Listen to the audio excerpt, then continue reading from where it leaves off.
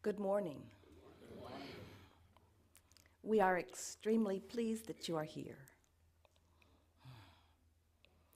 It is good to come together for the purpose of co-creating. Do you agree? Yes. Do you agree? Yes. You're knowing what you're wanting? An evolving thing? Are you enjoying the expansion of your desire? Yes. Are you noticing that it is expanding? Are you beginning to feel the almost moment-to-moment expansion and clarification? As you begin to recognize that you get to decide all of it, and as you begin to appreciate the contrast which makes deciding or concluding or preferring more obvious, then you begin to sincerely, not just to please us, but sincerely enjoy the contrast.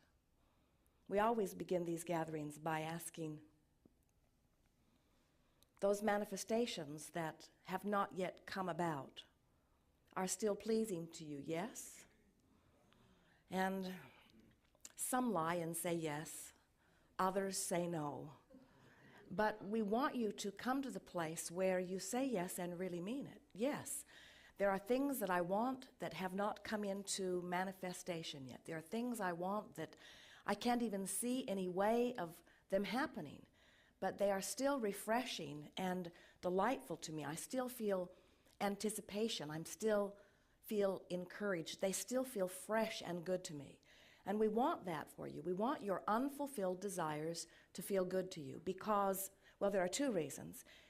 If you cannot make peace with where you are, then the unfulfilled desires are very slow in becoming fulfilled, because that angst you feel about things not yet happening is an indication of a vibration that's literally holding them apart. So when you're sick and you want to be well, and you've been sick for a long time and it doesn't seem like you're getting better, or when you have one of those diagnoses that says you're probably not going to get better, and so instead of feeling hopeful, you feel fearful, improvement is very hard to come. In fact, it cannot come under those conditions. We were visiting with a woman one day, not long ago, and she was in great physical distress. She has arthritis in her hips. And so she is uncomfortable under nearly all circumstances, sitting, walking, standing. She just doesn't feel good. She has pain. And we said to her, you know, you have arthritis in your hips. That's sort of where you're at. That is your action journey for right now. That's what's manifested so far. You can't change that. That is.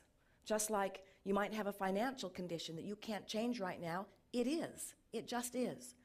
So think of what is as your action journey. It's where I am, it's what's happening, it's where I am, it's what's happening. But concurrently with that action journey is an emotional journey that's running right alongside that. So we said to this woman, you know, you could have arthritis in your hips, the action journey, and you could feel hopeful. Or you could have arthritis in your hips and you could feel fearful. And the vibrational difference between feeling hopeful and feeling fearful is the difference between getting well and not getting well. It's the difference between holding this condition on and on and on and on and on, or letting it go. So in the same way, we say, your current financial affairs could be not good. You could have more bills than you have income. You could have people hounding you on the telephone or beating on your door every day. And we say, so that's what is. That's the action journey that you're upon. But you could have that financial condition percolating along and you could feel hopeful, or you could have that percolating along and you could feel fearful. And the difference between fearful and hopeful is the difference between things improving for you. We're not kidding you about this, because this is a vibrational universe and you are vibrational beings. You don't set your radio dial on 6:30 a.m. and expect to hear what's being broadcast on 98.6 FM. You understand you've got to line those frequencies up, and so you do. You don't stubbornly set it on the station that you don't want to hear and then demand that the laws of physics change so that you can hear it anyway without you doing anything about it. And you can't be beating the drum of things gone wrong and offering a vibration about things going wrong and be in the vibrational place of receiving what you are wanting. You are magnificent physical extensions of source energy. And when you tweak your vibration just right, you can be such a vibrational match to the current of your source that thriving is just natural. Or you can focus upon something that upsets you. You can fuss and stew and worry. You can find things. There are plenty of things to worry about. There are plenty of things to feel wonderful about too. But sometimes as physical friends, you get oriented about trying to find the trouble spot and fix it. And you forget that the whole time you're focused upon the trouble spot, you're achieving vibrational alignment with the trouble spot, and so the solution cannot come. This universe in which we are all focused, whether you are in your physical form or we are in our non-physical form, this universe in which we are all focused is vibrationally based.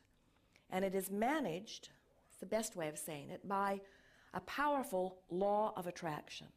And law of attraction says frequencies have to match up. Law of attraction says you can't be focused upon not enough money and feeling the worry that comes along with that and allow more money into your experience, because they are different vibrational frequencies. You can't be focused upon somebody who treats you badly and improve your relationship with that person or with people in general. If you beat the drum of something long enough, you will activate it in your vibration until it becomes your point of attraction everywhere you go.